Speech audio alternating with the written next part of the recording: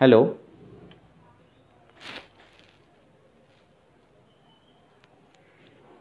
किसी को कुछ प्रश्न पूछना है तो पूछो।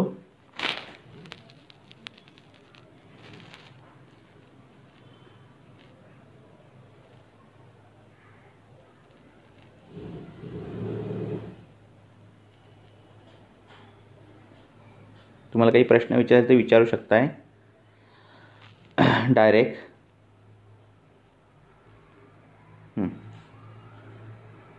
विचारा सर। हां बोला।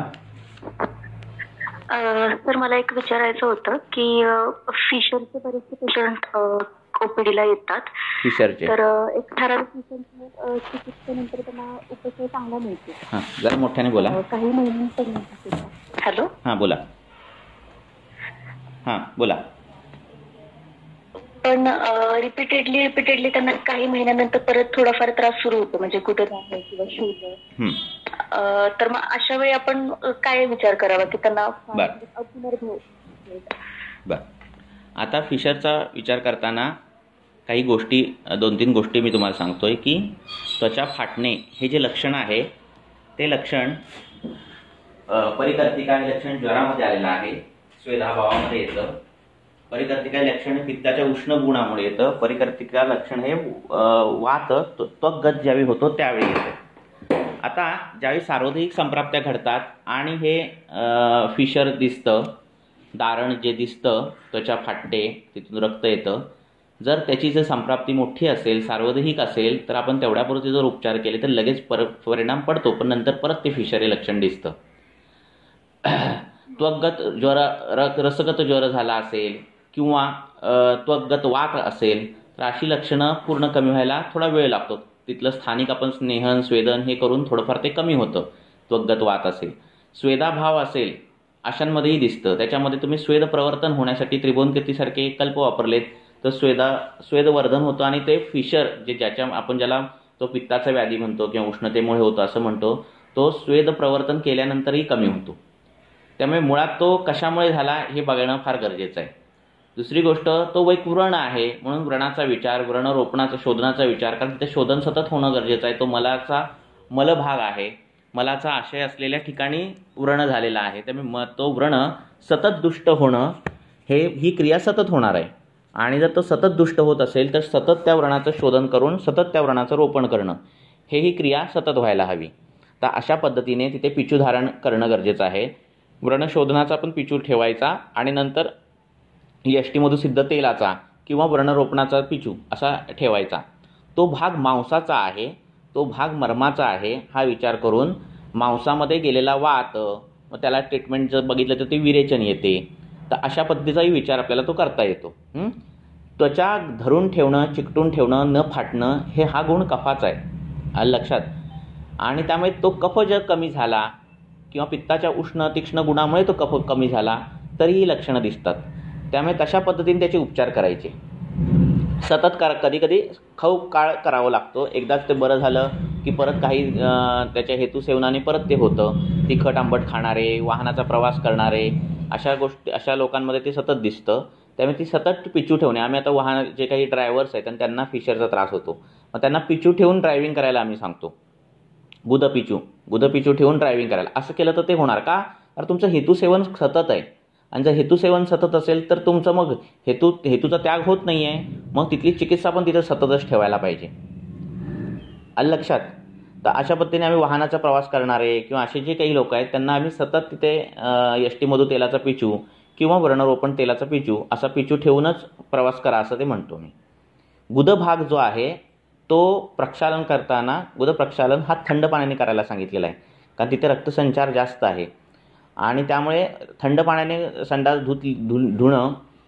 धुतली तर अर्शोत्पत्ती होत नाही आणि हे बाकीचे गुदाच्या तिथले व्याधी होत नाहीत.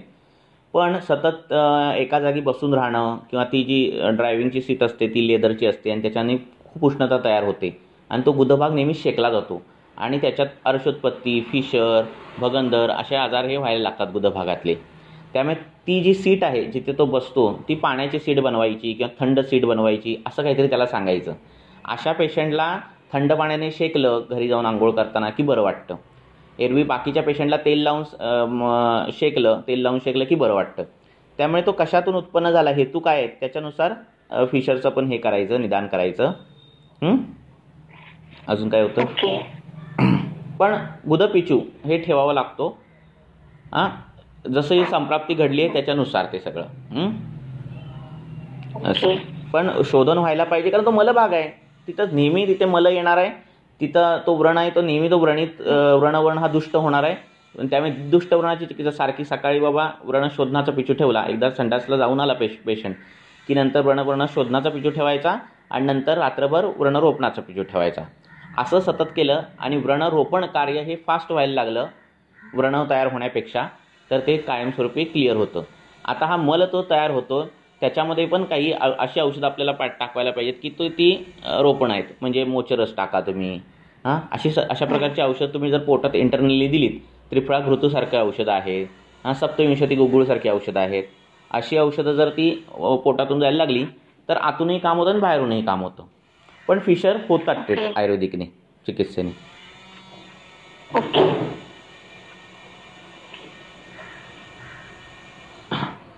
अजून कोणाला काही प्रश्न?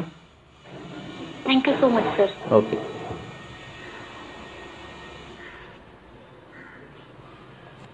अजून कोणाला काही सांगायचं आहे, विचारायचं आहे?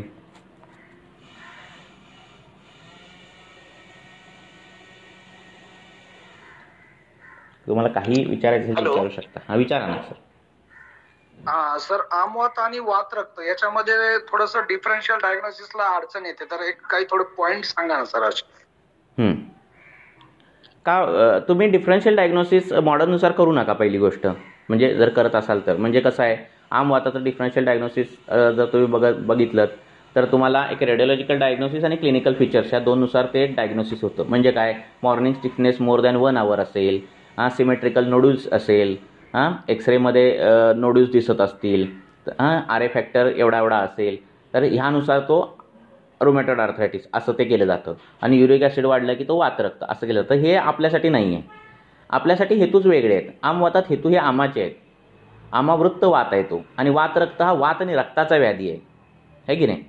इथे पाचन करायचं आहे, तिथे वात आणि रक्ताची चिकित्सा करायची. वाताचं अनुलोमन आणि रक्ताचं प्रसादन ही विरेचनाने होणारी गोष्ट आहे. त्यामुळे दोघांचं पूर्ण वेगळंच आहे. ओके. आमवातामध्ये सुंठ लावलीत वर. बोला.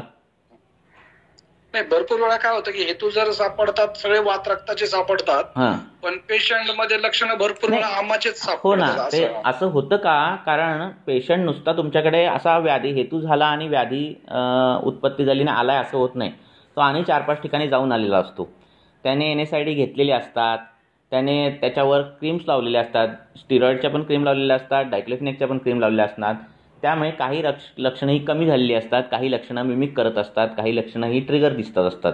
त्यामुळे प्रत्यक्ष आपल्याला असं दिसत नाही पेशंट मग एक्झॅक्ट की तो काही लक्षणं आमवाताची पण दाखवतो आणि काही वातरक्ताची पण दाखवतो. आपल्याला काय बघायचं आहे, आपल्याला हे मधला जो विषय आहे त्याने कुठली औषधं घेऊन काय लक्षणं कमी जास्त झाली हे बघण्यापेक्षा त्याचे हेतू कसे घडलेत, सामावस्था आहे का, जीवासाम आहे का, मल कसा आहे, मूत्र कसा आहे, अग्नी कसा आहे, झोप कशी आहे, हे पहिले जे आपले स्वस्ताचे जे काही गोष्टी आहेत त्या पहिल्या कधी पण बघायच्या. ज्यावेळी अशा किचकट व्याधी येतात किंवा एक प्रश्न आलेला आहे ना, त्या अनुषंगाने बोलतो, हार्मोनल डिसऑर्डर. ज्यावेळी अशा गोष्टी येतात, हार्मोनल डिसऑर्डर आहे, अनुक्त व्याधी आहेत की ज्या आपल्या शास्त्रामध्ये आता कुठे बसवायच्या, असं ज्यावेळी येतं तरी सोपं आहे. शास्त्राचे सिद्धांत आपले फिक्स ठरलेले आहेत.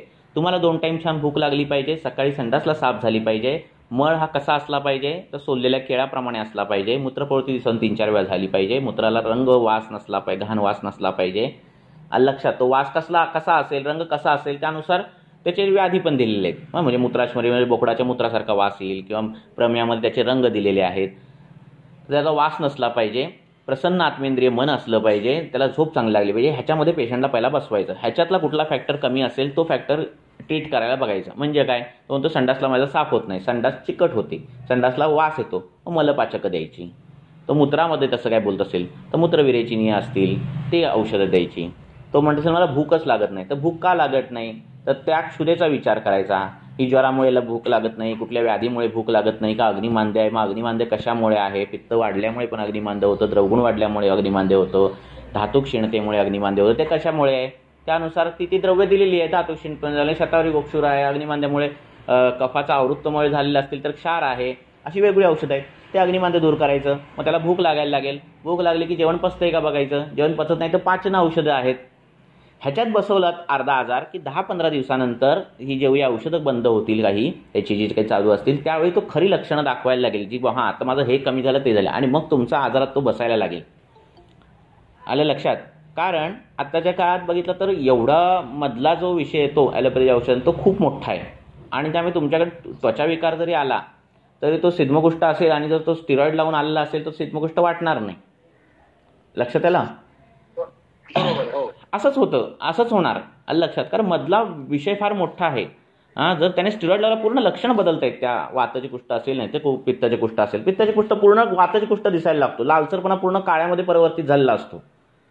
आणि मग वाताची कुष्ठ आहे म्हणून वाताची औषध दिली की परत तो जास्त वाढलाय म्हणून पेशंट 2-3 दिवसांनी येतो, आणि आपल्याला कळणार असं का झालं. आता कृष्णवर्णीय आहे, रुक्षता आहे. अरे पण ती कृष्णवर्णीयता रुक्षता ही बीटामेटोजन्य होती, विक्लामेटोजन्य होती, क्लोबेटोजन्य होती, हे आपल्याला लक्षात नंतर येतं. म्हणून हे पण होऊ शकेल, म्हणजे हे पण होणार किंवा होऊ शकेल असा विचार सगळं माहिती आहे आधी पण ग्रंथकारांना. म्हणून त्यांनी सांगितले हेतू बघा तुम्ही. तो काय खात होता? मिरची खात होता. तो काय खात होता? तिखट खात होता. तो काय खात होता? चायनीज खात होता. तो अवेळी जेवायचा, तो दिवसा झोपायचा, तो तिक्त उष्ण असे आहार सेवन करायचा, उडदाचं सेवन करायचा, हे सेवन करायचं. सगळे रक्त प्रकोपक हेतू आहेत, आणि घडलेला व्याधी तो खातोय दिवसातून 4 वेळा, आणि घडलेला व्याधी हा वाताचे कुष्ठ आहे, तर हे चुकीचं आहे. तो पित्ताचे कुष्ठ असायला हवा. बरोबर आहे? तर हे जे समीकरण आहे आपलं हेतूंचं आणि लक्षणांचं, हे जुळलं पाहिजे. हेतू आता सेस चालू आहेत आणि व्याधी कुठला पित्ताचे दिसतोय किंवा कफच दिसतोय, तर आपल्याला ते करता आलं पाहिजे रूल आउट. कारण मधला येणारा ॲलोपॅथीचा जो विषय आहे, जो लक्षणं तुमची वेगळी दाखवतोय, तो येणारच आहे विषय. बरोबर आहे? वाताच्या हृदरोगाचा पेशंट तुमच्याकडे किंवा हार्ट अटॅकचा पेशंट आला आहे किंवा वाताची हृदरोगाचा आला आहे, आणि तो ऑलरेडी GTN खातोय, तो ऑलरेडी काहीतरी कार्डिवास खातोय किंवा वॉट एव्हर तो बीटा ब्लॉकर खातोय, ते कुठली आता नवीन जी काही इनिवेटर खातोय, तो वाताची हृदरोगाचा त्याला एन्जायनाच नसतो. जो हृदशूल आहे तोच नसतो त्याला. लक्षात आलं काय? नाडी वैषम्य असेल, मग त्या एका नाडी वैषम्यामुळे तुम्हाला तो वाताचे हृदरोग असं ते निदान करावं लागतं. त्यामुळे ह्या गोष्टी मी करणार तुम्हाला. आलं का? हेच तर, इथून तर आपल्याला बाहेर पडायचंय.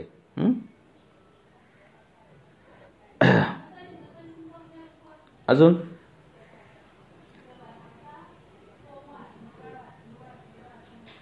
तुम्हाला काय विचारायचंय? तारिक सर ना? हो, तुम्ही फोन केलात मला मध्ये. बरोबर. हो. सर असं होतं की आम्लपित्तामध्ये ट्रीटमेंट खूप वेळा चेंज करावं लागते. आणि जर आम्लपित्तामध्ये 10 असेल तर 10 लक्षण सुवर्णगरी किंवा गुळवेल सत्व वगैरे देऊनही कमी होत नाही. पेशंटला बाकी लक्षणं काहीच नसतात, प्रकृती सगळी पित्ताचीच प्रकृती. तर तिथं मग काय विचार करायला पाहिजे? असा कसं आहे, ही आता व्याधी आपण जे विनिश्चय केलेला आहे ना, तसा न करता नेमकं काय पित्त द्रवगुणाने वाढलंय का उष्ण गुणाने वाढलंय.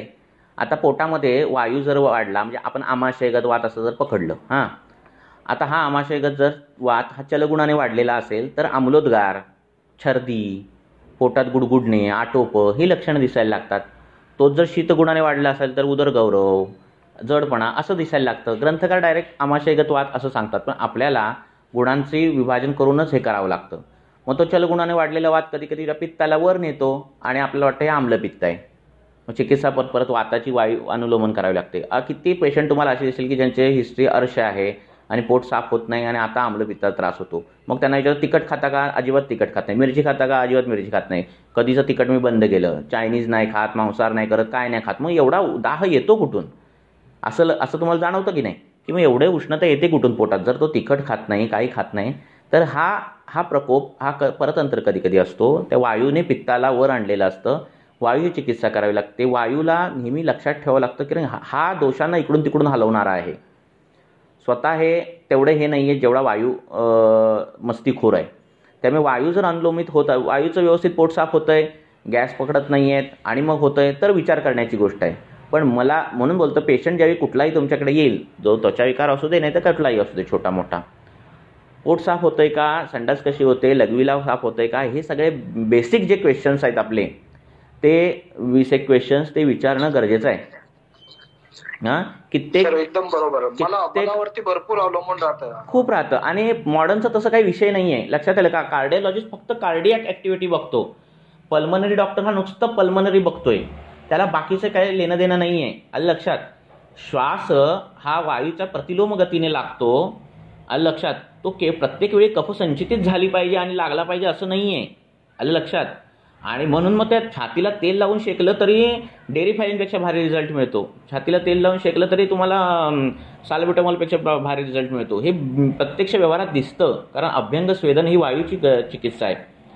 त्यामुळे मॉडर्नमध्ये प्रत्येकाचा वेगवेगळा विचार केला जातोय, तसं आयुर्वेदामध्ये केला जात नाही आणि हा फायदा आहे आपला, लक्षात आलं ना. त्यामुळे प्रत्येक वेळी हे विचारायचंच की पोट साफ होतं का, संडासला कशी होते, लघवी साफ होते का, लघवीला कशी होते, रजप्रवृत्ती होते का, कशी होते, निद्रा कशी आहे, हे सगळ्या बेसिक प्रश्न विचारायचे आणि तिथूनच सुरुवात करायची चिकित्सेला. सगळं पुढचं कॅन्सर बघाल आणि पोट साफ होत नाही म्हणतोय पेशंट, की पोट संडासला घाण वास होते, ही पहिलं ट्रीट केलं पाहिजे. आणि हे ट्रीट झालं तुमचं, त्याला तो जेवतोय, जेवण छान पचतंय, जेवणाआधी त्याला छान भूक लागते, संडासला सकाळी व्यवस्थित साफ व्हायला लागली आहे, लघवी व्यवस्थित व्हायला लागली, एवढं केलं अर्धी चिकित्सा तुम्ही जिंकताय. आणि मग तुमचे औषध प्रयोग घेणार. तर हे केलं तर फार सोपं होतं असं मला वाटतं, मी तसं करतो. माझी एक पेशंट आहे, ती 65 एजची आहे आणि तिला आतापर्यंतच्या उभ्या आयुष्यामध्ये कुठलाच आजार नाही आहे, पण ती समजा तिला मूलबाळ झालेलं नाही आतापर्यंत. आणि एक 6 महिन्यापूर्वी तिचे मिस्टर कोरोनामध्ये एक्सपायर झाले. त्याच्यानंतर तिला निद्रानाश आणि आम्लपित्त सुरू झालं. त्याच्यासाठी तिने 3 पंचकर्म सेंटरला जाऊन आली, पंचकर्म केलेत, नंतर ॲलोपॅथी भरपूर झालं, होमिओपॅथी झालं आणि नंतर ती माझ्याकडे आली होती. तिला फक्त लक्षणामध्ये फक्त पोटात आग पडते आणि कुठलंही मेडिसिन घेतलं की पडते आणि थंड दूध घेतल्यानंतर ती आग कमी होते, पण थोड्या वेळापुरती. तेवढ्या वेळापुरतच हेच. आणि बाकी सगळं मल मूत्र सगळं नॉर्मल आहे तिचं.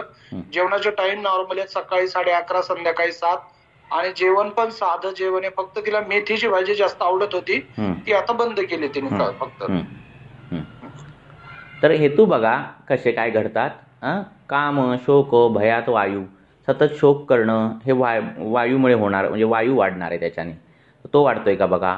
केवळ अश्रुवेगांचं धारण जर केलं तरी त्याची व्याधी दिलेली आहे. अश्रुवेगांचं धारण केलं तरी त्याची व्याधी. आणि हे वेगावरोध होतं, घरात कोणतरी वारतं आणि मग लोक म्हणतात काय नाही, काळजी करू नको, होईल सगळं, हे सगळं होतं. ह्याच्यात शोक झालेला असतो आणि ह्या सगळ्यांमधून ह्या संप्राप्त्या घडत असतात. हृदरोगापर्यंत गोष्टी सांगितलेल्या आहेत, आलं लक्षात. तर हे वेगावरोध पण प्रत्येक वेळी घेतलं गेलं पाहिजे. बरोबर आहे. तिला त्याच्यानंतरच बीपीचा त्रास सुरू झाले. हो त्याच्यानंतर सुरू झालं. तर ते तसा विचार केला ना की ते गणित सुटतात, आयुर्वेदाने सुटतात असं.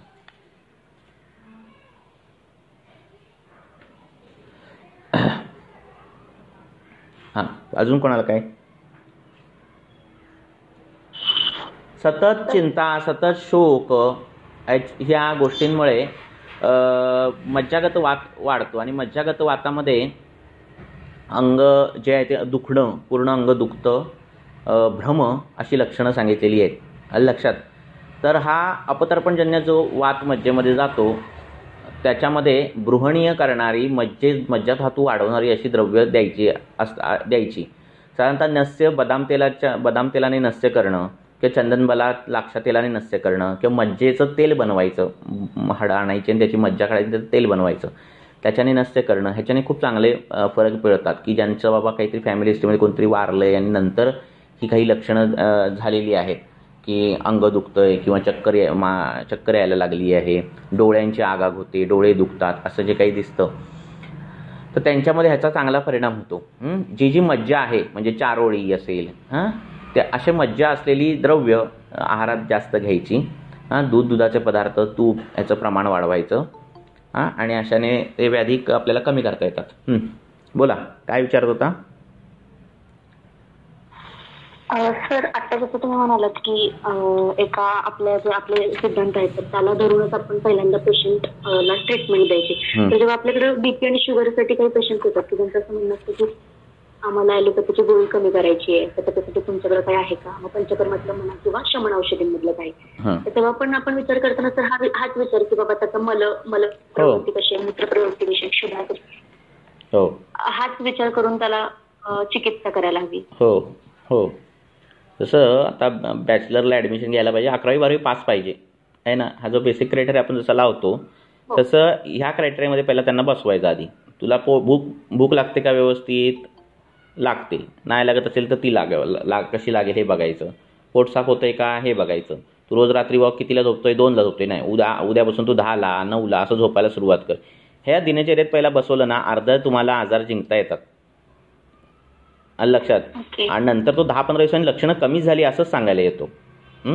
आता तुम्ही औषध देताय आणि तो रोज 2ला झोपतोय, उपयोग काय? म्हणजे काय त्याचा हेच नाही ना. काय घेतल्यासारखं तो औषध आपण टाइमपास द्यायचं आणि तो पण टाइमपास म्हणून घेणार, याच्यात काही उपयोग होणार नाही. लक्षात. आपल्याला जो पेशंट मिळाला तो यशस्वी झाला पाहिजे, आपल्याला त्या चिकित्सेत यश आलं पाहिजे. अशा जर हेतून आपल्याला करायचं असेल तर हे सगळ्या त्यात बसवायला पाहिजे त्याला. प्रसन्न आत्मेंद्रिय म्हणतात. मन कसं प्रसन्न राहता येईल, तो कुठली आध्यात्मिक काही करत असेल तर त्याला म्हणायचं तू किती वेळ करतो, तो म्हणतो 10 मिनिटं करतो, 1 तास कर, रोज करू शकतोस, असं करायला काय सांगायचं. असं सगळ्या बाजूने त्याला जिंकायचं आणि मग नंतर काय राहील ना, तो आजार राहतो, तो आजार नंतर आपल्याला ट्रीट करता येतो. म्हणजे समदोष समागणीच्या समाधान क्रिया याच्यानुसार जायचं, याच्यानुसारच जायचं. दोष थोडे बाजूला ठेवून बाकीचं करायचं. म्हणूनच सूत्रस्थान पहिला सांगितलंय, तुम्हाला अभ्यंग पहिला सांगितलंय, दंतधावन पहिला सांगितलं. ते त्यासाठी सांगितलं. डायरेक्ट चिकित्सास्थान सुरू केलं. चिकित्सा दृष्टी तुम्हाला मेडिकल सायन्स शिकवतायत ना ते, मग त्यांनी डायरेक्ट चिकित्सास्थान करायलाच पाहिजे होतं. नाही ना, इथूनच सुरुवात होते तुमचं. तुम्ही आजारी पडता कारण तुम्ही दिनचर्या पाळत नाही, दिनचर्या पाळली तर ऋतुचर्या पाळत नाही, ऋतुचर्या पाळली तर काही नियम पाळत नाही, आणि ते सगळं पाळत नसल्यावर आजारी पडतो माणूस. असं त्यांनी सरळ सरळ सांगितलंय. ती जर पाळली तर तुम्हाला कुठलाही आजार होणार नाही कर्मजीवादी सोडून.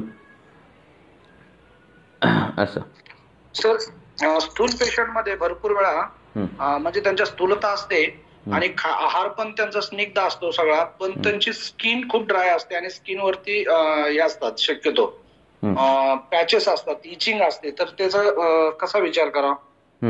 अवरोध म्हणून कसं अवरोध म्हणून पण करता येतो. त्वचा तुम्ही स्थूलता, आता हा स्थूलता विषय कसा आहे, तो जन्मजात असेल तर त्याच्यात काही काम करण्याचं काही गरज नसते. नंतर निर्माण झाली असेल तर काहीतरी आपण काम करू शकतो. पण नुसतं तिळतेलाने अभ्यंग जरी केलं तर तिळतेलाचे गुणधर्म सांगताना ते श्रोतोशोधन आहे.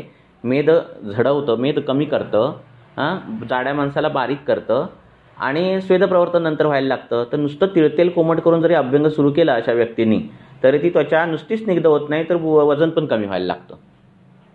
तुम्ही एकदा असाच व्यायाम करा आणि एक तिळतेल लावून व्यायाम करा, डबल घाम येतो तुम्हाला. लक्षात. कारण श्रोतोशोधन व्यवायी जे काम आहे त्याचं ते काम सुरू व्हायला लागतं. जी स्रोतस्व बंद झालेली आहे स्वेदाची ती ओपन व्हायला लागतात आणि स्वेदप्रवर्तन व्हायला लागलं की मेद लवकर झाडायला लागतो. तर एवढं जरी केलं तरी हे होतं. नाही तर पोटातून देवदारसारखी औषधं आहेत, अनेक कितीतरी औषधं आहेत त्या व्याधीनुसार. मी तुमचा तो व्हिडिओ पाहून ते देवदार सुरू केलं. माझ्या 2 पेशंटला खूप छान रिझल्ट आला. त्याच्यामध्ये मी त्यांना सांगितलं होतं की अगोदर तिळतेलाने मसाज करा, नंतर एक्सरसाइज करा. तर लोक ते तेल लावल्यानंतर एक्सरसाइज करायला ते बाहेर जायचं म्हणल्यावर हे लागतं ना सगळे, म्हणजे तेलामुळे अंग चिकट होतं आणि माती वगैरे बाहेरचे धूळ वगैरे लागते म्हणून तयार होत नाही त्या गोष्टी ऍक्च्युली. पण जे जिमला जाणार आहेत त्यांच्यामध्ये मी ते ऍडवाइस करून पाहणार आहे रिझल्ट त्याचा. कोमट करून तेल लावायचं हे कंपल्सरी सांगायचं. तेल कोमट करूनच लावायचं. भरपूर लोकांना सवय कशी व्यायामानंतर तेल लावण्याची, ऍक्च्युली अगोदर लावलं तर त्याचा रिझल्ट वेगळा राहिला. हो हो हो. बाकी सूक्ष्म विचार जे आहेत स्थूलतेतले ते मी किती लेक्चरमध्ये सांगितलेले आहेत की खदीर कुठं वापरावं आहे की नाही, पटोल कुठं वापरावं है, असं. बोला काय म्हणतात? ऍक्च्युली तो त्वचागत वात म्हणता येईल का त्याला, की जी म्हणजे स्निग्धता त्वगत वातमध्ये त्वगत वातमध्ये रुक्षता असते आणि त्वचा फाटते. तर त्याला ट्रीटमेंट देताना स्वेदन स्नेहन असं सांगितलेलं आहे. म्हणजे शेका आणि तेल लावा. मग तेल लावा, शेका, नंतर परत तेल लावा असं केलं तरी चालतंय. पाददारी किंवा अशा पेशंटला आम्ही तसंच सांगतो. तेल लावायचं, नंतर स्टीमरच्या समोर पाय धरायचे, चांगलं शेक घ्यायचा, नंतर पाय मऊ होतात, मग परत पाय पुसायचे आणि परत एकदा तेल लावायचं, असं. चालेल थँक्यू. कोणाला अजून विचारायचं काय? बोला की. मूत्रविकारामध्ये सर कुठल्या मूत्रविकारामध्ये अवपीडक स्नेह सांगितलंय. हा बोला. तर तो म्हणजे एक्झॅक्टली कधी द्यायचं असतं ते स्नेह, आणि जर आपण जर स्नेह दिला बोला तर मग त्या दोघांमध्ये असं फरक काय पडतो, कार्यकारण भाव कसा असेल त्यांचा? आपण याच्या एका टीकेमध्ये याच्याबद्दल बोललेलं आहे ना, ते तुम्हीच विचारलेला प्रश्न. अवपीडन ते जे दिलेलं आहे त्याचं पीडन झालं पाहिजे. कशाने? आहाराने. कशाचं? तुपाचं, आहे की नाही? हॅलो. हां, त्यामुळे तूप आधी घ्यायचं, मग आहार घ्यायचा, आणि तो पचल्यानंतर परत तूप घ्यायचं. असं काही जण करतात. आणि काही जण आधीचं पचल्यानंतर नंतर आहार, असंही काही करतात. एकंदरीत काय, आहाराच्या आधी स्नेहभाव आणि आहाराच्या नंतर स्नेहभाव हा अपेक्षित आहे. ओके. आणि एवढं केलं तरी हे होतं. तुम्ही कसं आहे, प्रत्येक वेळी ते होत नाही. कधी कधी काय होतं, आपण तूप देतो, पेशंट नंतर कॉल करतो आता जेवू का, कधी कधी ते पचलेलं असतं, आहे की नाही? शोधनाला मधच्या वेळी तर खूप वेळा असं चुका होत आहेत. अवपीडन, त्याचं पीडन झालं पाहिजे.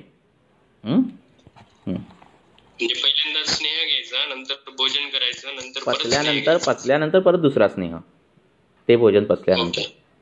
आणि मग सर आपण काळी जर मूत्रविकारामध्ये दिलं तर मग कसं?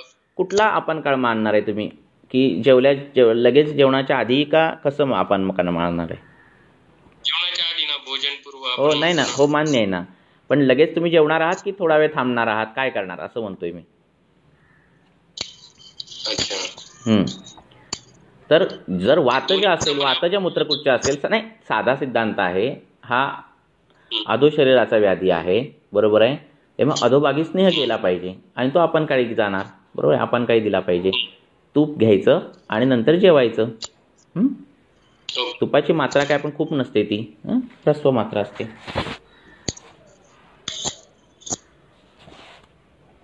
बोला अजून कोणाला काय?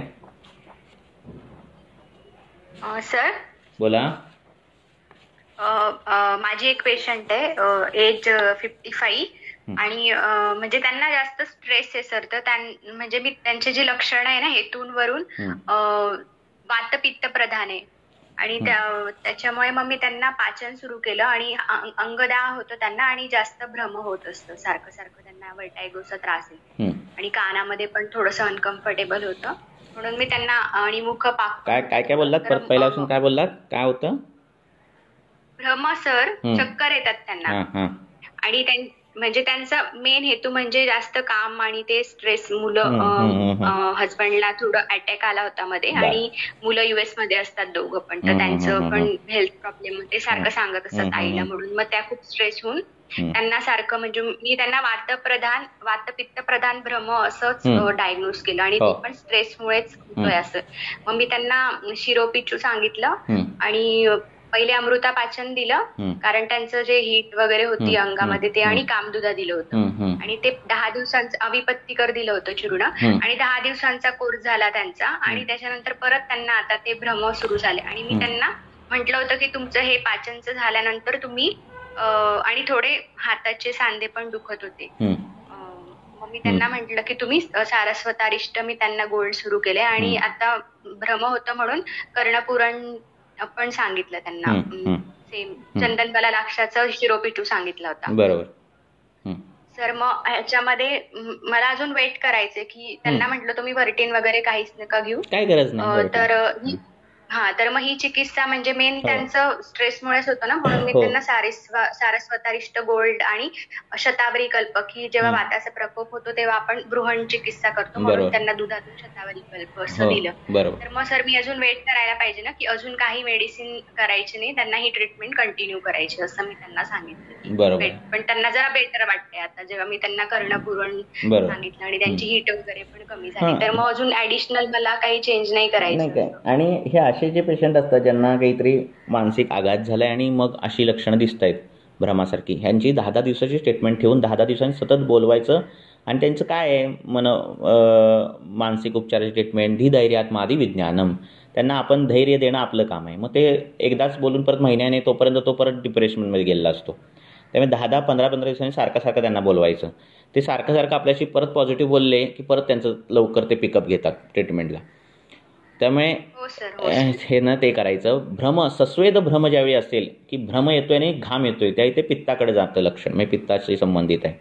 आणि नुसता भ्रम आहे आलं लक्षात की उठलं आणि चक्कर मारते की परत थांबते, परत त्या चक्करेला विशिष्ट काळ नाही आहे, विशिष्ट वेळ नाही आहे, विशिष्ट टाईम पिरियड नाही आहे, अशी चक्कर येते, चक्कर यायला लागले, वजन कमी झालं आहे आणि चक्कर यायला लागली आहे, अशा गोष्टी आहेत. असं जे आहे ते मज्जागत वातामध्ये दिसतं लक्षण.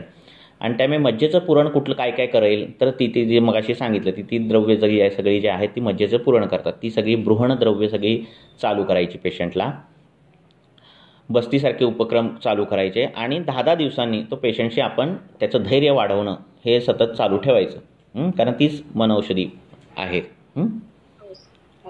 होतात ते पेशंट. सर आणि स्ट्रेसमुळे पुन्हा कसं होतं, ही गोष्ट परत भ्रमापुरती नाही मर्यादित राहत. जर ते शिरस्थ जात असेल ते वात प्रकोप तर नंतर अर्धित होऊ शकतो किंवा पक्षाघात होऊ शकतो. मग हे सगळे प्रकरण करावे लागतात. मग अर्धितम नावानं मूर्ध तेल म्हणजे शिरोपिचू धरू शकताय तुम्ही, किंवा शिरोपिचू नाही जमला तर मग शिरोधारा त्याची त्यांना हे करू शकताय किंवा शिरोबस्ती करू शकता, असं ते करू शकताय. डोक्याला म्हणून तेल लावायला सांगितले नित्य. ते मज्जागत वात वाढत नाही तेवढा, लक्षात. सर आणि जेव्हा स्ट्रेसमुळे हातपाय थंड पडतात, म्हणजे कंटिन्युअस असे सॉफ्टवेअर इंजिनियर लोक जर जास्त स्ट्रेस असेल तर ते पाय थंड पडणे म्हणजे काय गृहीत धरावं सर? मला ते दोषांचं नाही समजलं. हातपाय ज्यावेळी स्वस्थाची लक्षणं सांगितलेली आहेत भावप्रकाशमध्ये एका पुस्तकात, त्याच्यामध्ये सांगितली हातपाय गरम असले पाहिजेत. आणि ते गरम असणं म्हणजे अग्नी चांगला आहे असं लक्षण आहे. तर ते ज्यावेळी थंड पडत असतील असं जर काही तर अग्नी धात्वाग्नी त्यांचा कमी झालेला आहे हे गृहीत धरायचं आणि मग अग्नीची चिकित्सा करायची. हातपाय थंड कधी नाही पडले पाहिजेत, ते गरमच असले पाहिजेत. तळहात तळपाय. काही पेशंट तुम्ही स्ट्रेस आला कीच होतंय असं नाही होत. मग स्ट्रेस आला की होतंय, मग हा वात प्रकोप आहे. वायू काय करतोय, कफाला शाखागत नेतोय. हे ज्वरामध्ये आलेलं आहे. क्षणे दाह क्षणे शीत अस्तिशंदी शिरोरुजा असं आलेलं आहे. कधी थंड वाटतं, कधी गरम वाटतं, कधी थंड वाटतं, कधी गरम वाटतं. तर त्या दृष्टीने वाताची ट्रीटमेंट करायची, ज्वराची ट्रीटमेंट करायची. वायू का शाखागत नेतोय ते सगळं त्यांची दिनचर्या बघायची, सगळं बघायचं. ठीक आहे. चुकीच्या रात्री येऊन आंघोळ करणारे आहेत पेशंट IT सेक्टरमध्ये. रात्री येतं 10 वाजता आंघोळ करतात, ते चुकीचं पडतं. बरोबर आहे. हे सगळे दोषगती उलटी फिरवणारी कारणं आहेत, लक्षात. किंवा सकाळी नाश्ता बिष्टा करायचं पटकन आंघोळ करून ऑफिसला जायचं, हे चुकीचं आहे. ह्या सगळ्या दोषगती चुकीच्या फिरवणाऱ्या गोष्टी आहेत. ह्या सगळ्या पहिल्या करेक्ट करायच्या आणि मग हे करायचं. सर अशा कंडिशन मध्ये आपण उष्ण तेलाने, जसं मोहरीचं तेल, ह्याच्याने आपण पादाभ्यंग करू शकतो जेव्हा थंड. असं मला तेव्हा डोक्यात नव्हतं आलं, मी जस्ट नंतर विचार केला की हे करायला पाहिजे. करू शकतो. आणि पण संप्राप्ती कशी बाहेरची संप्राप्ती आहे, हे त्वचेपुरता थंडावा नाही आहे, त्यामुळे तो तेवढ्यापुरता तो वाटेल, आलं लक्षात. पण आतून असं का होतं, सारखं मध्येच थंड हातपाय का होतात, ज्या वायू कफाला शाखागत का नेतोय हे बघायला पाहिजे. ती गती कुठेतरी चुकते. मग तिथे वातानुलोमन असं करायला पाहिजे, कफशमन. आणि सर अजून एक माझी स्थोल्याची पेशंट आहे, तर तिचं वेट आहे 65 kg, 5 feet हाईट आहे. आणि तिला दर महिन्याला तिला म्हणजे उलटी होऊन, म्हणजे तिला शिरशूल होतं आणि उलटी केल्यानंतर तिला ते बरं वाटतं. म्हणून मी तिच्यामध्ये लघुसूच्छेकर सुरू केला. आणि कॉन्स्टिपेशन म्हणजे तिला लहानपणापासूनच आहे, जसं कारण तिचे जे संतर्पणजन्य हेतू सगळे 3 तास झोपायचं, दुधावरची साय खायची, खूप अति जेवण करायचं आणि झोपायचं, एक्सरसाइज वगैरे काही नाही. मग तिला लघुसूच्छेकर सुरू केला आणि ऐरंडापृष्ठ हरितकी आरोग्यवर्धिनी असं सुरू केलंय. आणि तिला एरंडपृष्ठ हरितकी मी 7 days दिलं सर. आणि मग मी तिला म्हटलं नंतर आपण आठवड्याला एकच ठेवूया आपण. मग जेव्हा तिची बंद केली ना तर परत तिचं ते कॉन्स्टिपेशन अजून स्टील आहे, म्हणजे तिला ज्या दिवशी नाही दिले तर तिला नाही झाली मोशन. तर मग ह्याच्यामध्ये आपण नंतर तिला मी म्हटलं 1 महिना लघुसूच्छेकर पेक्षा सूच्छेकर करा ना चालू. तिला उलटी झाल्यावर बरं वाटतं आणि तिचा आहार हा मधुर आहे, बरोबर आहे ना. कफानुबंधी आम्लपित्त आहे. द्रव गुण जास्त आहे ना, बरोबर आहे. द्रव गुण जास्त आहे आमाशयामध्ये आणि उलटी केल्यावर बरं वाटतंय हे जे प्रकरण आहे तिथे सुश्चेकर केलात तर बरं पडेल. धतुराचा कल्प पाहिजे आहे की नाही असं. हो सर, मी सुश्चेकरचाच विचार केला होता, पण जेव्हा मी गुडेशास्त्रींचं वाचलं ना सर, त्याच्यामध्ये लिहिलं होतं की जर पेशंटने उलटी केल्यावर जर त्याला बरं वाटत असेल तर लघु सुश्चेकर, आणि जर उलटी केल्यावर पण त्याला बरं नसेल वाटत तर सुश्चेकरची योजना करावी. बरं वाटत की वाटत नाही उलटी केल्यावर सुश्चेकर सुरू करायचं. तिला बरं वाटतं सर उलटी केल्यावर, आणि आता तिला नाहीये त्रास. तिला मी खूप झालं होतं ना म्हणून मी तिला लवणजलचं वमन घेतलं होतं तिने, तर त्या दिवसापासून तर अजिबात म्हणजे तिला त्रासच नाही. शरीरच सांगत असतं की कशाने बरं होतोय आपण, आहे की नाही. उलटी केल्यावर बरं वाटतंय म्हटल्यावर वमनच जायचं. होणार ना कॉन्स्टिपेशन. पुढे जाऊन म्हणजे अजून कोणते कल्प यूज करू शकतो आपण, किंवा हे एरंडाबृष्टहरितकी किती दिवस देऊ शकतो? काही प्रॉब्लेम नाही एरंडाबृष्टहरितकी द्यायला. त्याने काही होत नाही, त्याने काही त्रास होईल किंवा सवय लागेल असंही काय होत नाही. स्निग्ध अनुलोमन होतं त्या पेशंटचं, लक्षात. त्यामुळे आतड्यांवर काही जोर पडत नाही किंवा रुक्षता येत नाही एरंडाबृष्टहरितकीने, तर असू दे. नंतर हळूहळू कमी करता येते. लेक्चरमध्ये ऐकलं होतं मी की मलाला खडा असेल तेव्हा एरंड आणि एरंडाबृष्टहरितकी वापरू शकताय तुम्ही. गंधर्वहरितकी पण वापरू शकताय, जरा ती कॉस्टली पडते. एरंडाबृष्टहरितकी स्वस्त पडते. बरं sir, thank you sir. Okay sir, मलाला जर खडा असेल तर चिंचा लवण तेलाने खूप छान रिझल्ट येतात. कारण मग माझी प्रॅक्टिस आहे ना, तर त्याच्यामध्ये मी ते खूप वापरतो. तर माझा अनुभव आहे की चिंचा लवण तेलाचे रिझल्ट छान. खूप काळ मलबद्धता असेल ना तर काय होतं, आतडं कसं रबरासारखं आहे आणि मग त्या आतडं रबरासारखं असल्यामुळे तिचं जर स्थितीस्थापकत्व जे आहे ते कमी होतं. म्हणजे एकदा ताणलं की परत जी यायची पोझिशन आहे एका पोझिशनला परत जे येणं असतं ती इलॅस्टिसिटी कमी होते हळूहळू. आणि क्रॉनिक कॉन्स्टिपेशन ज्यांना आहे, लक्षात, खडा होते संडासला क्रॉनिक, त्यांना त्याचा खूप चांगला फायदा होतो. आंबटपणा जो आहे म्हणजे आम्लरस जो आहे तो आकुंचन करतो है ना. त्यामुळे ते ताणलेले जे आतडं आहे त्याचं ते आकुंचन होत ते त्याचं परत पूर्वस्थितीत येण्याची क्षमता त्या तेलामध्ये आहे. असा तो विचार करून बघायला पाहिजे. जास्त बसत नाही, आणि आपण जर एरंडाबृष्टहरितकी दिली तर आपण बंद केली की परत त्याला तो त्रास रिपीट होत राहतो. हो.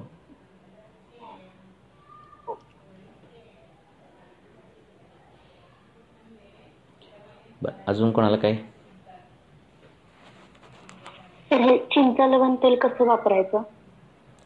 चिंचा लवण तेल अपानकाळी द्यायचं. ओके. पेशंटच्या ह्याच्यानुसार अपानकाळी ते द्यायचं. मी स्वतः वैयक्तिक पूर्वी वापरायचो, आता काही त्याचा फारसा वापर करत नाही. किंवा तुम्ही एरंडेल तेल दुधासोबत असं अपानकाळी आठवड्यातून एकदा दिलात तरी खूप चांगले रिझल्ट मिळतात. आणि नित्य सेवनीय कल्प करावं, त्याच्यात हे एरंडेल तेल दुधासोबत सांगितलंय. किंवा आता प्रकृतीच्या लोकांनी नित्य घ्यावं सांगितलंय. नित्य घ्यावं म्हणजे काय, त्याचा काहीच त्रास होणार नाही तुम्ही सवय लागली तरी.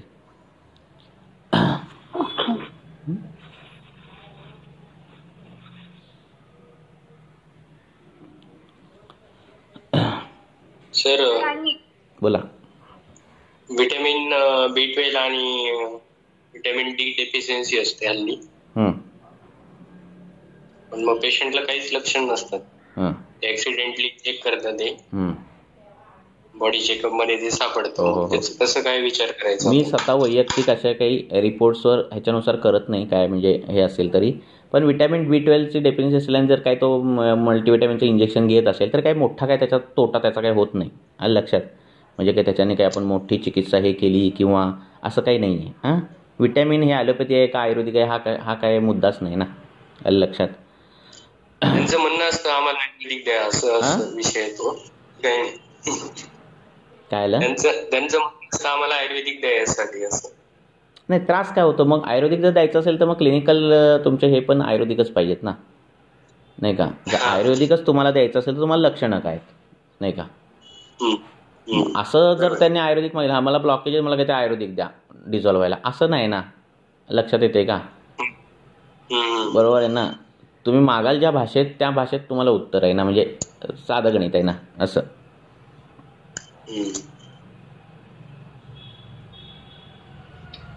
सर, जे तुम्ही आता नित्य एरंडेल तेल सांगितलं दुधाबरोबर, त्याचा सेवन काल कोणता, म्हणजे कुठल्या काळात द्यायचं? शक्यतो जर पहाटे पेशंट उठत असेल तर पहाटे द्यायचं.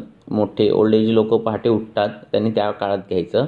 नाही तर मग सकाळी उठल्यावर घ्यायचं आंघोळीनंतर, आणि मग पोट साफ झालं, संडास झाली, भूक लागली की मग नाश्ता करायचा, जेवण करायचं.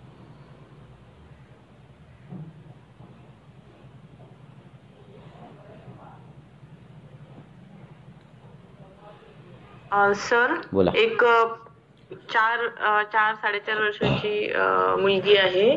तिचे त्यांचे दात किडतात ना, तर कधी कधी ते रिमूव्ह तर करत नाहीत एवढ्या लवकर, पण त्यांना कधी कधी पेन होतं. तर मग आपल्याला तेवढ्या वेळासाठी काही करता येईल का त्यांच्यासाठी? कर्पूर जो आहे, भीमसेनी कापूर, तो त्या दाढेत ठेवला तर पेनिंग कमी होतं. कृमीजन्य शूल आहे ना, तर त्याला कर्पूर वापरायचं.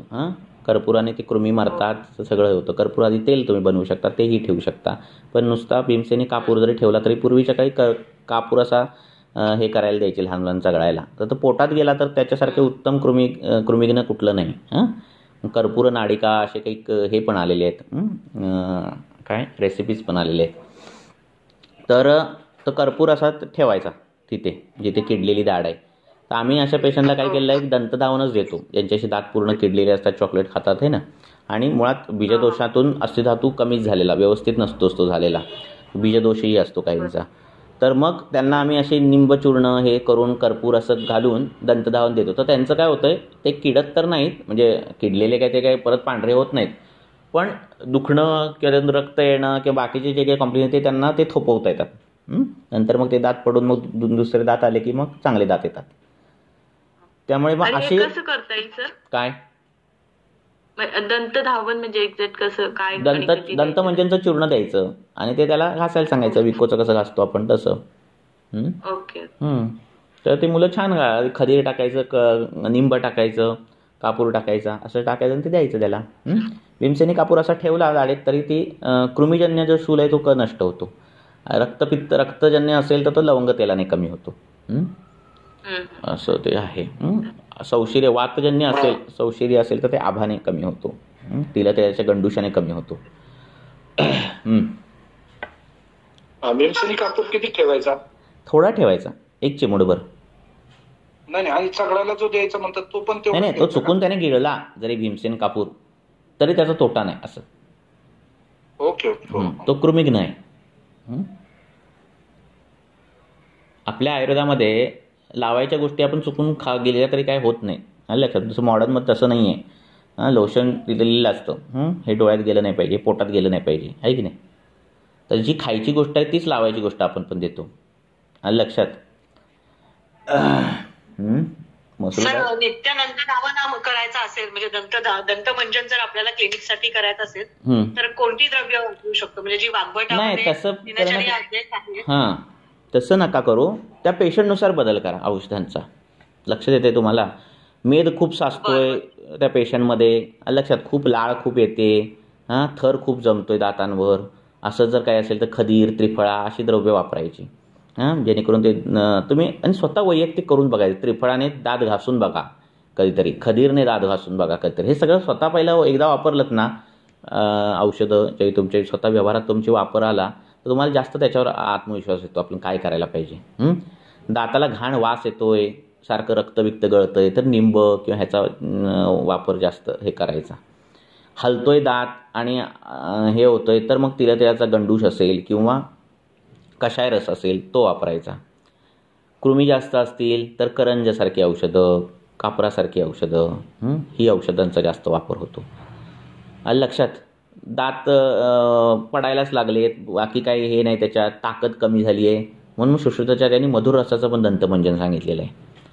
त्यामुळे कशाचं करायचं हे त्या पेशंटमध्ये एक फिक्स नाही ठेवायचा फॉर्म्युला काय. पेशंटनुसार ते बनवायचं आणि द्यायचं. त्याला पण आवडतं, आपण त्याच्यासमोर बनवलं आणि आपल्याला पण रिझल्ट मिळतो.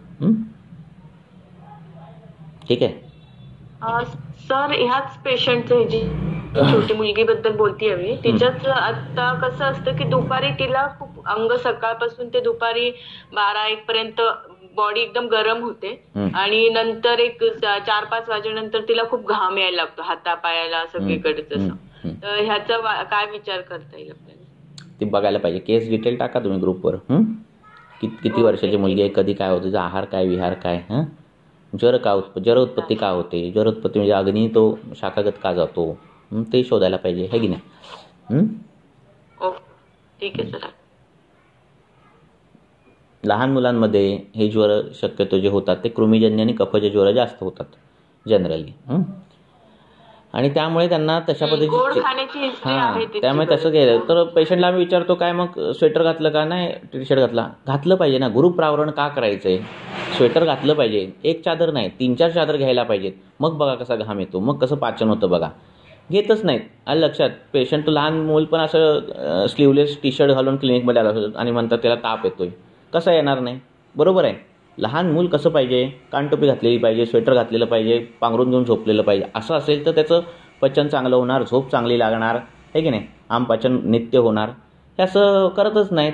आलं लक्षात. तू वर AC लावला असतो त्याच्यावर मुलाचे केस उडत असतात आणि मग ह्याच्याकडे पेडियाट्रिशियनकडे 10-10 दिवसांनी फेऱ्या असतात. ह्याला ना सतत ॲलर्जी आहे आणि ह्याची कशाची ॲलर्जी, आहे की नाही. पूर्वीच्या काही कशी असायची लहान मुलं, कानटोपी माकड टोपी घालून पाठवायची. ते काही कमी इम्युनिटी म्हणून पाठवायचे का, किंवा काय ते वेडे आहेत म्हणून पाठवायचे का. असं आहे. आपण थंड वारा घेणं आणि लहान मुलांना थंड वारा, त्याचा कफप्रकोप लवकर होणार आहे ना. मग असं आहे. ते घातलं पाहिजे. गुरुप्रावरण म्हटल्यावर एक चादर नाही 2-3 चादर घ्या. घाम येतो. ज्वराचं पाचन कसं करतं ते बघितल्याशिवाय, असे चादर घेतल्याशिवाय कळणार नाही. अलग लक्षात. अग्नी पोटातून नाही ना तुम्ही हे करू शकता, वरून अग्नी करतं आपण, निराग्नी स्वेद देतोय त्याला. मग बरोबर शाखेतलं आमाचं पाचन होतं आणि दुसऱ्या दिवशी पेशंट ठणठणीत घामाघूम होऊन ओला टी शर्ट होऊन उभा राहतो लहान मूल. हे करतच नाहीत आजकाल. आलं लक्षात. त्या NICUमध्ये पण टेम्परेचर हे केलेलं असतं थंड. असा तो प्रॉब्लेम होतो सगळा. हे बेसिक सिद्धांत हे केले पाहिजे. सर तुम्ही आता ते गुरुप्रावरणचं सांगितलं ना सर, तर स्थौल्यामध्ये पण ते सांगितले ना चिकित्सा, मी एक लेक्चर मध्ये ऐकलं होतं तुमच्याच. तर ते स्थौल्याच्या पेशंटमध्ये गरम पाणी पिऊन त्याला ते पांघरून घ्यायला सांगायचं आहे ना. तर ते आठवड्यातून म्हणजे किती वेळा करायला पाहिजे ते आपण.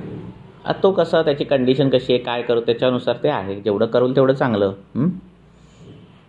पण गुरुप्रावरण हे अनाग्नी स्वेद आहे, त्याच्याने स्वेद प्रवर्तन होणार आहे. आठवड्यातून एकदा करून बघायला पाहिजे का. बघायला पाहिजे. तेवढ्याच एकाने काय होणार नाही, पण तो वन ऑफ द वे आहे तुम्हाला शाखागत आमाचं पाचन करायचा. आलं लक्षात. सोपा मार्ग आहे साधं सांगायचं तर. आलं लक्षात. पांघरून घेऊन झोपणं साधा मार्ग आहे ना.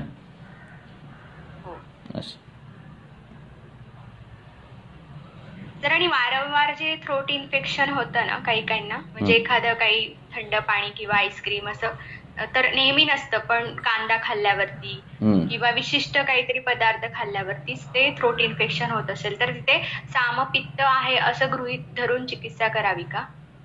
करू शकता ना तुम्ही, तसं धरून करू शकता. तसं नाही, पण आणि विशिष्ट पदार्थाची ॲलर्जी असू शकते.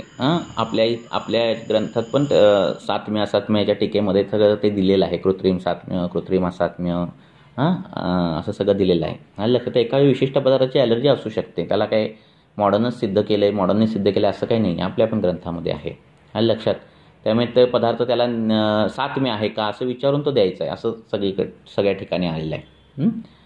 आणि मग त्या काही विशिष्टच पदार्थामुळे होत असेल, बाकी कशाने होत नसेल तर तो पदार्थ वर्ज्य करणं हा मुख्य पर्याय.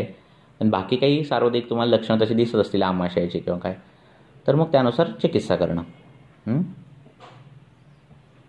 सर आणि अजून एक क्वेश्चन होता माझा की एक म्हणजे पेशंट आहे आणि त्यांचे स्ट्रेस, वात प्रकोपजन्य हेतू असतील आणि त्यांच्यामध्ये PCOD आणि म्हणजे अमेनोरिया म्हणजे त्या PCOD मुळे आणि परत फायब्रोएडिनोमा पण, तर मग आणि परत तो पेशंट असं ग्रहणीसारखे पण आहे, म्हणजे जिथे धारण शक्ती पाहिजे आमाशय किंवा ग्रहणीच्या ठिकाणी जे मल धरून ठेवायचं ती तिथली शक्ती गेली आणि ते अस्थि म्हणजे जिथे नको पाहिजे म्हणजे स्तनामध्ये अर्बुद तयार होतं तिथे अस्थिचं धारण होतं आणि जिथे नको पाहिजे तिथे धारण होतंय असं प्रक्रिया होते. तर ह्याच्या वेळेस चिकित्सेचं काय योजना करायची, कारण लेखनीय द्रव्य पण नाही द्यायची, सोडून बाकीचे लेखनीकडे जायचं नाही. जरी गाठ असली तरी हे सगळी गाठीची उत्पत्ती अशीची प्रकरणं आहेत ती वायूच्या प्रतिलोम गतीमुळे झालेली प्रकरणं आहेत, वात वाढल्यामुळे झालेली प्रकरणं आहेत. लक्षात, वायू तो विमारगमन होतो जो आपण अनुलोमित व्हायला पाहिजे तो विमारगमन होतो आणि मग तो गर्भाशयात गेला तर फायब्रॉइड करेल, तिकडे गेला तर सिस्ट करेल उत्पन्न, जिथे तुम्हाला वैगुण्य मिळेल तिथे जाऊन तो तिथे व्याधी निर्माण करणार आहे. आणि ही वायूची गती बिघडवणं हे घडतं व्यवहारामध्ये. लक्षात. मग सकाळी उठून संडासला न जाणं झाली असली तरी पण इथपासून ते घडतं सगळं काम. त्यामुळे तुम्ही लेखन काय, तो बारीक माणूस असून तुम्ही लेखन देत बसाल त्याच्याने होणारं नाही ते काम. तर PCODचं एक लेक्चर आहे, 1-1.5 तासाचं लेक्चर घेतलंय मी, हे आहे त्याच्यात ते सगळं PCODचे जे अँगल आहेत ते कव्हर केलेले आहेत. तर त्याच्यामध्ये अनुलोमन करणं हे फार गरजेचं आहे. रजचर्या पाळणं गरजेचं. रजचर्या पाळली जात नाही, एक जबाबदारी एक्स्ट्रा आहे ना स्त्रीला त्या गर्भाशयाची, आणि मग त्यामुळे एक एक्स्ट्रा नियम काही लागू पडतात पुरुषापेक्षा, आणि मग ती रजचर्याचे नियम पडतात. बरोबर आहे. आणि ते नियम पाळले जात नाहीत आणि मग त्यामुळे वायूच्या गती फिरतात आणि फायब्रॉइडचं सिस्टचं हे प्रमाण खूप वाढलेलं आहे व्यवहारामध्ये, भयानक वाढलेलं आहे. तर मग तेव्हा नुसतं फक्त म्हणजे त्या जसं आपण एक वात प्रकोप म्हणूनच तो गृहीत धरून त्याला गृहण चिकित्सा दिलं तरी तो डिसीज क्युअर होणार आहे ना त्या पेशंटमध्ये. गृहण द्यायचं किंवा अनुलोमन द्यायचं, बस्तीचा, कारण ह्यांच्यात बस्तीचा अनुलोमनाचा जास्त रिझल्ट मिळतात असं. आणि तो जर कृश असेल, कार्श असेल त्याला तर त्यानुसार गृहण करायचं. सर मग ते ब्रेस्ट फायब्रोएडिनोमास पण सर त्याच्यामध्ये पण म्हणजे तसं, आणि स्थानिक जे असेल तिथे स्थानिक तुम्ही त्या ग्रंथीची ट्रीटमेंट करा. लक्षात.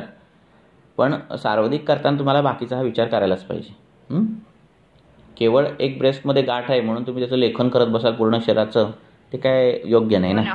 तेच सर, कारण त्याच्यामध्ये ना लेखन दिलं की ते परत वात प्रकोप म्हणजे अंगमर्द खूप होतं. मग ते तसंच आहे, असंच आहे ते. किचनमध्ये काहीतरी घाण पडलंय काहीतरी जमिनीवर आणि पूर्ण घर धुतल्यासारखं झालं ते, आहे की नाही. जिथं गरज नाही धुवायचं तसं ते झालं ना, तसं नाही ना करून चालणार आहे. जिथं घाण आहे तेवढीच उचलायला पाहिजे असं. मग तिथे मग आपण स्थानिक कुकुटांड ते लावू शकतो कोंबड नखी लावू शकता, लेखणी गण तिथे लावू शकता, असं तेवढं स्थानिक लावू शकता. आणि सार्वधिक काय लक्षण आहेत त्यानुसार. आता आमच्याकडे काही पेशंट आहेत, 1-2 पेशंट असे आहेत की त्यांना एक कॅन्सर, ब्रेस्ट कॅन्सर होता एका साईडला, तिने रिमूव्ह केला, ते झाले सगळं किमो, त्यातून ओके झाली, आता दुसरीकडे आल्याने आता ते करत नाही, पुन्हा त्या सगळ्या प्रोसेसमधून जाणं नको झालं आहे. आणि मग आता त्याची व्यवस्थित छान ट्रीटमेंट चालू आहे. ती गाठ काय आता 2 वर्षाला काही वाढलेली नाही आहे ना, ती खूप कमी झाली असंही नाही आहे, पण तिला काही त्याच्यात त्रास होत नाही. आपल्या डोक्यात काय बसलं माहिती आहे का, की मशीन जोपर्यंत करेक्ट सांगत आहे तोपर्यंत तुम्ही स्वस्त नाही, हे डोक्यात जास्त बसलेलं असतं. तेच पहिलं टाळलं पाहिजे. लक्षात. शोध आहे ना तर लगेच क्रिएटिनिन चेक करा असं डोक्यात यायला लागतं आपल्या, हे चुकतं. लक्षात आहे की नाही. शोध आहे तर आपल्या डोक्यात तो स्वतंत्र शोध आहे का कुठल्या तरी परतंत्र म्हणून शोध आलेला आहे, आणि तो वातज आहे का पज आहे का पित्तज आहे ह्याच्यामध्ये डिवाईड करणं आपल्या डोक्यात जास्त आलं पाहिजे, नाही का.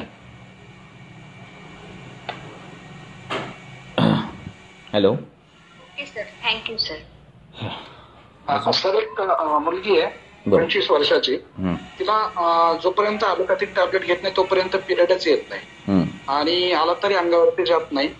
ती संतर्पणजन्य आहे पण उष्णता खूप जास्त आहे, म्हणजे तिला कंटिन्यू स्वेटिंग असते, म्हणजे उन्हाळा असेल हिवाळा असेल तरी पण. तर ते PCODच्या या लेक्चरमध्ये हे सगळं सांगितलेलं आहे. आणि लक्षात काय करावं लागेल. हा जो विषय आहे ना रजेचा, तो अतिशय सगळ्या बाजूनी बघावा लागतो. म्हणजे काय, त्याचं खाणं पिणं वागण्यापासून सगळा. लक्षात.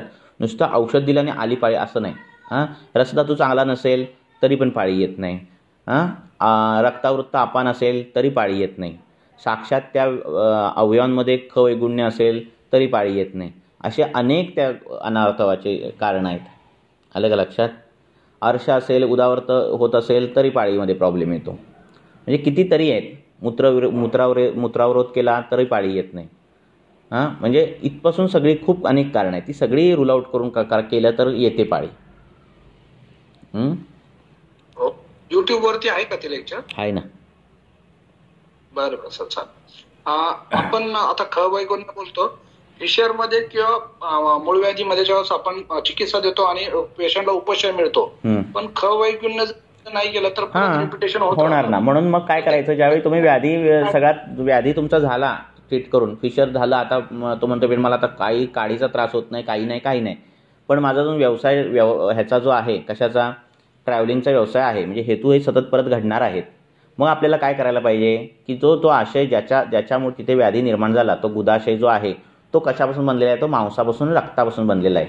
मग त्या आशयाला सतत ताकद देणारी औषधं ही तिथे दिली गेली पाहिजेत. म्हणजे मांसाला ताकद देणारी आणि रक्ताला ताकद देणारी अशी औषधं, म्हणजे मनुका असतील, तूप असेल, तर अशी औषधांचे पिचू ठेवणं किंवा पोटातून घेणं अपानकाळी, असं नित्य सेवन केलं पाहिजे. म्हणजे तो आशय चांगला राहतो आणि परत व्याधी पुनरुत्पत्ती होत नाही. वापरता तिथं काय वापरता येईल आपल्याला, असं काय करता येईल? मांस वाढवणारं, आलं लक्षात, रक्त चांगलं ठेवणारं अशी औषधं पोटातून द्या किंवा तिथे तुम्ही स्थानिक तिथे द्या. साधं तूप जरी दिलं तरी ते इनफ आहे. ओके. तूप द्या, मनुका द्या खायला, असं.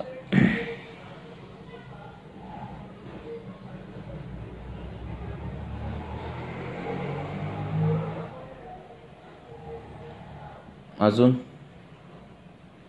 बाकीची जी पथ्य सांगायची आहेत ती महत्वाची आहेत, की तू मोड हल्ली कडधान्य खाऊ नकोस, पालेभाज्यांचं सेवन कमी कर, बरोबर आहे. या ज्या काही गोष्टी आहेत त्या सांगणं गरजेचं आहे. जर सतत ट्रॅव्हलिंगला तिथे धक्के भादरे बसत असतील तर तशी सीड बनव की ते तसं होणार नाही म्हणून. लक्षात, प्रवाहन जास्त करू नकोस, कुंथू जास्त करू नकोस, मध्ये मध्ये ब्रेक घे, अशा या गोष्टी सांगणं गरजेचं आहे. असं.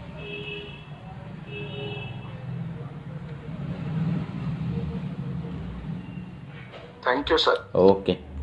अजून कोणाला काही प्रश्न? अजून एक प्रश्न घेऊन थांबूया.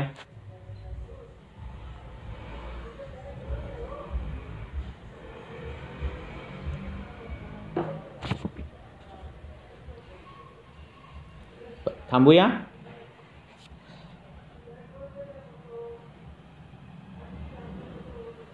हो सर. ओके. कोणाला काय बोलायचंय का? ठीक आहे सर. बोला. आपलं हे केस कधी असतं, म्हणजे कधी असतं म्हणजे काय, आता खूप दिवस गॅप पडला वाचनामध्ये, पण जरा माझे वडिलांची जरा तब्येत बिघडलेली, त्यामुळे मला सारखं गावाला जावं लागतंय, त्यामुळे वाचनामध्ये खंड पडला. परत मला पुढच्या आठवड्यात जावं लागेल. त्यामुळे मग बोललो आता पूर्वीचे जरा उपक्रम मला अजून संस्कृत परत ते पहिल्यापासून घ्यायचं आहे, करायचं सगळं आहे, पण वेळेचा हे पडतो. दुपारी जरा ओपडी पेशंट नसल्यामुळे दुपारी हे जमतंय आत्ता करायला, म्हणून दुपारी आत्ता घेतलं. तर असं करूया आपण. तुम्हाला जसं जसं तुमचं हे असेल ना, तुम्ही त्या ग्रुपला असाल तर ग्रुपला, व्हॉट्सअप ग्रुपला असाल किंवा तो फुल झालाय ग्रुप, तर तिथे केसेस टाकत जावा. ग्रुपला जरी टाकल्या तरी आपण ते डिस्कशन करत जाऊ. तुमचे प्रश्न जास्त असले की मग डिस्कशन करता येणार आहे आपल्याला. तर आपण एक आठवड्यातनं एकदा घेऊया डिस्कशनचा, एक वार ठरवा, त्या वारी घेत जाऊ. हो सर, चालेल सर. बरोबर. Okay. Okay. Thank you sir. Thank you so much. Okay. Thank you sir. Okay.